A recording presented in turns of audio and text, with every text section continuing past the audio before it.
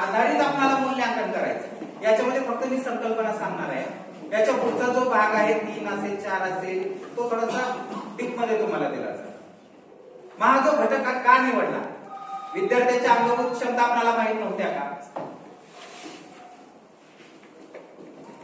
आपल्याला माहित होत्या ना। आपण जे काम केलं विद्यार्थ्यावर त्या क्षमता पाहूनच काम केलं। पण त्यांचं म्हणणं आहे आपण जो आता एक थोडासा एक विषयांतर म्हणून भाग सांगतो। स्टाफचा भाग चालू आहे सर, स्टाफ भरतोय आपण, आपल्या शाळेमध्ये चालू आहे, फोटो काढणे चालू आहे, त्याचे रेकॉर्ड तयार करणं चालू आहे। हे का करतोय आपण? तर आपल्याला सिद्ध करायचं की हा प्रोजेक्ट हा प्रकल्प माझ्या शाळेमध्ये लागू आहे आणि मी तो राबवतोय। हे सिद्ध करण्यासाठी जी धडपड चालू आहे तीच धडपड ही मूल्यांकनाच्या बाबतीत। आपण आजपर्यंत आपल्या विद्यार्थ्यांचं जे करत होतो ते काय होतं? मग ते मूल्यांकन होतं की मूल्यमापन होतं? मूल्यमापन। मूल्यमापन म्हणजे नेमकं काय करत होतो? मला काय करायचं सर? आपण जे मूल्यमापन करायचं नेमकं काय करायचं?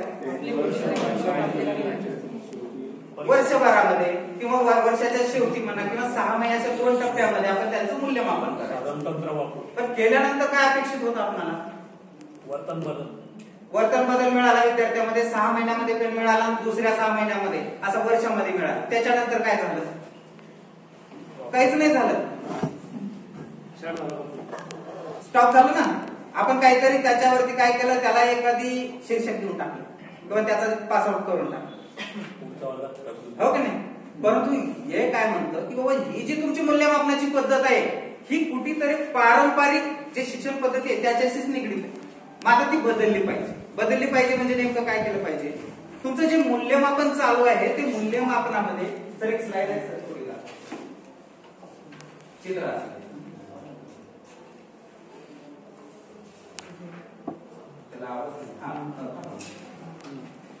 सर। आता एक चित्र दिलेलं आहे तुमच्या पुढे आहे, स्लाइड, ते पाहायचे आहे आणि तुम्हाला काय वाटतं ते सांगायचं। याच्या अगोदर एक व्हिडिओ दाखवत होता, तो व्हिडिओ आपल्याकडे साऊंड उपलब्ध नसल्यामुळे ते दाखवला नाही। तो एक पिक्चर मधला व्हिडिओ होता थोडासा। फक्त हे चित्र पाहून तुम्हाला काय वाटतं ते मला सांगायचं। तुमचं मत काय या चित्राबद्दल? 2 तुलनात्मक चित्र आहेत, सर्वांना दिसतात? ज्यांना दिसत नाहीत त्यांनी कृपया पुढे या। ज्यांना दिसतात त्यांनी पाहून मला सांगून द्या की त्याच्यामध्ये काय दिसतंय आपल्याला।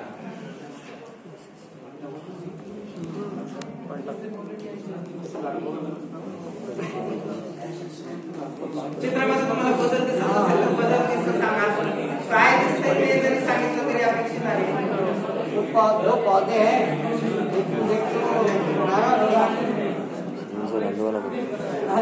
पानी डाल रहा हूं। आपल्याकडचं जे मूल आहे, वर्गामधले जे मुलं आहेत आपल्यासाठी समान पातळीचे, सगळे मुलं आपल्यासाठी सारखे।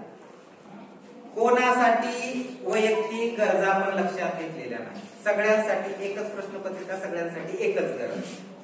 जी पारंपरिक मूल्यमापन पद्धती होती त्या मूल्यमापन पद्धतीमध्ये सगळ्यांना पण समान ठेवूनच प्रश्नपत्रिका काढली। माझा एक मुलगा नॅश पातळीवर आहे, एक माझा मुलगा असच पातळीवर। त्या दोघांचं मूल्यमापन मी आजपर्यंत कसं केलेलं आहे? सेम लेवलवर केलेलं। त्याच्या गरजा लक्षात घेतलेल्या आहेत का मी? नाही घेतलेल्या। त्या मूल्यमापनामध्ये काय सांगितलेलं आहे? सगळ्यांना मला एकच प्रश्नपत्रिका दिली आणि मी एकाच मूल्यमापनामध्ये त्यांना बसवलेलं आहे आणि त्याच्यावर जो पाहिजे तो शिक्का मी मारलेला आहे। पण त्याच्यापर्यंत, त्याच्या क्षमतेपर्यंत मी पोहोचलेलो नाही, त्याच्या गरजा मी लक्षात घेतलेला नाही आणि त्याच्या गरजा वाढवण्यासाठी मी काहीच प्रयत्न केला। मग जो काही प्रयत्न केला तो कोणी केला? त्या विद्यार्थ्यांनी केला। एखाद्याने त्याची जी अपेक्षित पातळी असेल ती गाठली असेल किंवा ती त्याने अर्ध्यातच सोडली असेल। आणि दुसरं जे चित्र आहे ते दुसऱ्या चित्रामध्ये एकदम पाणी टाकत असताना, मग पाणी टाकत असताना काय आहे की त्याच्या पुढे जे झाड आहे ते त्याचं शाळेचं मूल आहे आणि त्या मुलाच्या क्षमता मला माहित आहे। मग मी काय करतोय? त्याच्या क्षमता माहित आहेत पण त्या क्षमता मी वाढवण्यासाठी मी त्याला मदत करतो। त्याच्यामध्ये इम्प्रूव्हमेंट पाहिजे, त्याची जी गरज आहे ती गरज मी स्वीकारलेली आहे आणि त्या गरजेला मी काय करताय, त्याला जे हवं आहे ते देण्याचं काम या मूल्यांकनामध्ये आपल्याला करायचं। मूल्यमापन आणि मूल्यांकन यामध्ये फरक आहे आणि तो फरक या चित्राच्या स्वरूपात तुमच्या म्हणजे तुम्हाला सांगण्याचा प्रयत्न करतो। आपण काय केलेलं आहे? मागच्या वेळेचा एक प्रोजेक्ट सांगतो मी। की मागच्या वेळेच्या प्रोजेक्टमध्ये आपण प्रत्येक विद्यार्थ्यापर्यंत पोहोचत होतो. कोणत्या स्वरूपात पोहोचत होतो? विद्यार्थ्यांना टास्क देत होतो आपण. विद्यार्थ्यांना टास्क द्यायचो आणि तो पूर्ण केला की पूर्ण केल्यानंतर माझ्या मॅडम सोबत काय भेटणार आहे? मला सेल्फी काढायला भेटणार आहे. माझ्या सरांसोबत मला सेल्फी काढायला भेटणार आहे. त्यामधून आपण विद्यार्थी पण निवडायचो की बाबा एकाने 100 प्रश्न तयार केले, एकाने 10 मिनिटात एवढे गणित सोडवले.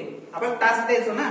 ते टास्क दिल्यानंतर विद्यार्थ्यांनी खूप प्रगती झाली आणि प्रत्येक विद्यार्थ्यापर्यंत पोहोचलो आणि प्रत्येक विद्यार्थ्याची जी क्षमता आहे ती आपल्या लक्षात आली. 1 मिनिटामध्ये हा एवढे गणित तयार करू शकतो, हा एवढे तयार करू शकतो, ही एवढे तयार करू शकतो, सगळं लक्षात आलं. पण त्यानंतर काय केलं? जो 100 गणित तयार करतो आणि जो 20 गणित तयार करतो, या दोघांच्यासाठी जो आराखडा असतो तो तयार केला का? नाही. आता आपण काय केले? सेल्फी विथ सक्सेसचा प्रोजेक्ट छानरित्या राबवला. खूप दिवस तो चालवला. आपल्याला पण छान वाटलं, आपल्या लेकरांना पण छान वाटलं. पण त्यांच्यामध्ये जी इम्प्रुव्हमेंट व्हायला पाहिजे ती झाली. सगळ्यांच्यात म्हणत नाही. काही ठिकाणी आणखी पण चालू असेल, त्यांचं स्वागत आहे.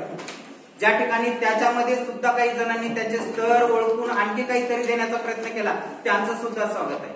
आणि ज्यांनी काहीच नाही केलं त्यांचं सुद्धा स्वागत आहे. कारण त्यांच्यामुळे आपल्याला दुसरं प्रशिक्षण घेण्याची वेळ आहे. कारण प्रत्येकाचं स्वागत आहे. कारण या मूल्यांकन प्रक्रियेमध्ये असं सांगितलेलं आहे की या मूल्यांकन प्रक्रियेमध्ये तुम्हाला तपासणी नाही करायची, तर तुम्हाला जी कमी आहे, कमतरता जाणवत आहे, त्या कमतरतेला तुम्हाला वाढवण्यासाठी प्रयत्न करायचा. म्हणजे कमतरता नाही वाढवायची, कमतरतेवर आपल्याला शोध घ्यायचा आहे आणि त्याच्यामध्ये कशी वाढ होईल, चांगल्या प्रकारचे गुण कसे दिसतील यासाठी प्रयत्न करायचा. म्हणून स्काप असो, मूल्यांकन असो, हे जे मूल्यांकनच आहे ना, स्काप मध्ये पण काय मूल्यांकनच आहे. त्याच्यामध्ये काय सांगितलंय? पर्यवेक्षकीय यंत्रणेने तपासणी करायची नाही. मग तपासणी करायचीच नाही, मग शाळेवर भेट कशी देणार? त्याच्यामध्ये स्पष्ट वाक्य तुम्ही ऐकलं असेल, स्कापची तासिका वगैरे झाली. त्याच्यामध्ये काय सांगितलेलं आहे की स्काप हे तपासणी नाही झालं पाहिजे, एखाद्याला शिक्षा नाही वाटली पाहिजे, अशा प्रकारचं स्काप राबवलं पाहिजे. एखाद्या शाळेची दुसऱ्या शाळेसोबत तुलना सुद्धा नाही झाली पाहिजे. मग कसं कळणार माझी शाळा अ श्रेणीमध्ये आहे की ब श्रेणीमध्ये आहे? कसं कळणार? जी पर्यवेक्षकीय यंत्रणा आहे त्यांच्यासाठी सुद्धा हे प्रशिक्षण आहे. त्या पुस्तकामध्ये इतके छान नियम दिलेले आहेत. पर्यवेक्षकीय यंत्रणे जेव्हा जे असते ती शाळेमध्ये गेल्यानंतर जेव्हा त्यांची स्कापची तपासणी किंवा बाह्य मूल्यांकन म्हणून आपण ते जे करायचं आहे, त्यासाठी त्यांना काय फॉलो करायचं आहे हे सगळं दिलेलं आहे. मोबाईल कसा ठेवायचा आहे, तिथं जाऊन कसं बसायचंय, त्यांची चर्चा कशी करायची, तिथपासून रूल त्यांच्यासाठी दिलेले. मग सर्व गोष्टी जर या पुस्तकामध्ये दिलेल्या असतील तर आपल्यासाठी मग खूप काही करायची गरज. कारण पर्यवेक्षकीय यंत्रणेला आजपर्यंत कोणी विचारत नव्हतं. त्यापेक्षा कशाला आपण सुद्धा शाळा सिद्धी करत असताना आपल्याला पण कोणी विचारत नव्हतं. शाळा सिद्धीमध्ये आपण सुद्धा 113 मार्क काढून मी सुद्धा माझी शाळा अ श्रेणीमध्ये आणली. मला कोणी विचारलं नाही, माझ्या शाळेची तपासणी झाली नाही, माझ्या शाळेचे फोटो सुद्धा अपलोड केलेले आहेत, मला जिथं वाटले. पण मित्रांनो, हे जे स्काप आहे, नवीन मूल्यांकन पद्धती जी आहे, यामध्ये आपल्याला प्रूव्ह करून दाखवायचं. काय दाखवायचंय? की मी शिक्षक आहे, हा माझा मुलगा आहे, हा माझा शाळेतील मुलगा आहे आणि या शाळेतील मुलांसाठी मी हे उपक्रम राबवले, हे मला सिद्ध करून दाखवायचं. आणि ते सिद्ध कसं आहे? तोंडी नाही, तुम्हाला ते लेखी स्वरूपामध्ये सिद्ध करून. कोणाकोणी बांधवांनी मला काल प्रश्न विचारला होता की सर आमच्यावर विश्वासच नाही म्हणले ना, आम्ही काम करतो म्हणे, लेखी पण ठेवतो म्हणे, आमच्यावर विश्वास नाही. काय तर ते विद्यामृत नावाचं पोर्टल आहे. स्काप अंतर्गत जेव्हा आपण काही मित्रांनी काम चालू केलं असेल स्कापवरती, तर विद्यामृत नावाचं पोर्टल आहे म्हणे. त्या विद्यामृत नावाच्या पोर्टलवर तुम्हाला जर तुमच्या शाळेसाठी जर 4 गुण घ्यायचे असतील, 4 गुणांचं मूल्यांकन आहे, जास्तीत जास्त 4 गुण आहे. जेव्हा तुम्ही 4 गुण घेता म्हणे, त्यावेळेस त्याला तुमची नोंदणी, तुमचं जे डॉक्युमेंट आहे, तुमचा व्हिडिओ आहे, त्या विद्यामृत पोर्टलवर तुमचा व्हिडिओ व्हेरीफाय झाला पाहिजे, तरच तुमच्या शाळेला 4 गुण मिळू शकतात. आणि 4 गुण केव्हा मिळतात? जेव्हा तुम्ही पहिली पायरी, दुसरी पायरी, तिसरी पायरी पूर्ण असेल तर तुम्ही 4थ्या एंट्री करू. म्हणजे त्याचा अर्थ काय? तुम्ही पहिली पायरी म्हणजे तुम्ही पहिला जो 1 मार्काचा आहे तो तुम्ही घेऊ शकता, तेवढी तयारी झालेली आहे तुमची. 2 मार्काची तयारी झाली असेल तर तुम्ही ते घेऊ शकता. तिसरी पण झाल्यानंतर मला जर 4 गुण घ्यायचे असतील तर मला त्या पोर्टल मार्फत व्हेरीफाय भेटला पाहिजे, तेव्हाच कुठे 4 मार्क. म्हणजे आपले डॉक्युमेंट योग्य आहेत की नाही हे व्हेरीफाय करण्याचा अधिकार कोणाचा? त्यांचा. पण 3 मार्कापर्यंत आपण काम करू शकतो. 3 मार्क सुद्धा आपल्या शाळांसाठी खूप छान आहे. आपण आता सुरुवात झालेली आहे या मूल्यांकनामध्ये, अतिशय चांगली सुरुवात करूया. वास्तववादी चित्र जे आहे ते मांडण्याचा प्रयत्न करूया. त्याच्यामध्ये 1-2 दिवसामध्ये जो बदल आपल्याला घडवून आणू शकतो आपण, 8 दिवसात म्हणा, 8 दिवसामध्ये जर वाटलं एखाद्याने की मी बदल आणि घडवून आणू शकतो, तर तुम्ही तेवढे जास्तीचे मार्क घ्या. पण मित्रांनो, माझी एक विनंती राहील तुम्हाला, कारण शिक्षण पद्धतीमध्ये जो बदल घडत आहे तो फक्त आणि फक्त आपल्या विद्यार्थ्यांमुळे घडतो. आजची जी अध्ययन म्हणजे जी आजची जी शिक्षण पद्धती आहे फक्त आणि फक्त विद्यार्थी केंद्रित आहे. यामध्ये शिक्षक, पाठ्यपुस्तक किंवा बाकीच्या कोणत्याच गोष्टीला जास्त महत्व नाही. सर्वात जास्त महत्व आहे ते फक्त विद्यार्थी. आणि विद्यार्थ्याचा आजचा जो विद्यार्थी आहे तो 21व्या शतकात आहे. मागच्या प्रशिक्षणाचं एक सर्वात छान वाक्य होतं की माझा विद्यार्थी कसा आहे म्हणे, आंतरराष्ट्रीय पातळीवरील विद्यार्थी. माझ्या शाळेतील विद्यार्थी आंतरराष्ट्रीय पातळीवरील विद्यार्थी आहे आणि त्या विद्यार्थ्याचं नुकसान करण्याचा अधिकार मला कसलाच नाही. कारण ते सुरुवातीपासूनच आजपर्यंत काय म्हणतात की विद्यार्थी हा स्वतः घडत असतो, स्वतः शिकत असतो. आणि मग स्वतः शिकत असतो तर मग आपली भूमिका जी आहे ती मार्गदर्शकाची सांगितली. मग मार्गदर्शक काय करतो, त्याला जे गरजेचं आहे ते आपण पुरवत असतो. आपण यानंतरही पुरवूया. परंतु जे वाद भरणार आहेत त्यांना माझी विनंती राहील, जी तुमची वस्तुनिष्ठता आहे ती मांडण्याचा प्रयत्न करा. कारण त्याच्यामध्ये स्पष्ट उल्लेख आहे 15% याच्यामध्ये जर तफावत आढळून आली असं त्याच्यामध्ये 15%ची तफावत जर आढळून आली तर कदाचित आपण त्यावेळेस काय असं त्याला कार्यवाहीला आपण तयार व्हायचं होईल. आणि त्याच्यामध्ये स्पष्ट सूचना येतात. याच्यामध्ये कोण मुख्याध्यापक नाही, कोणता शिक्षक, सगळ्यांनी मिळून भरायचंय ते. सगळ्यांची चर्चा आहे त्याच्यावरती. व्यवस्थापन समितीपासून सगळ्यांना सांगितलं त्यांनी गोल बसा आणि चर्चा करा म्हणे या घटकावर. आणि मग काय जे भरायचं ते तुम्ही देऊ. म्हणजे कोणताही एक घटक यासाठी जबाबदार नाहीये. आणि आपण तसं ताण पण नाही घ्यायचा, कारण ह्याच्या व्यतिरिक्त पण आपल्याला खूप काम आहे. त्याच्यामुळे ताण पण नाही घ्यायचा आहे. आपल्याला जे आलं ते स्वीकारायचंय आणि पुढे जायचंय.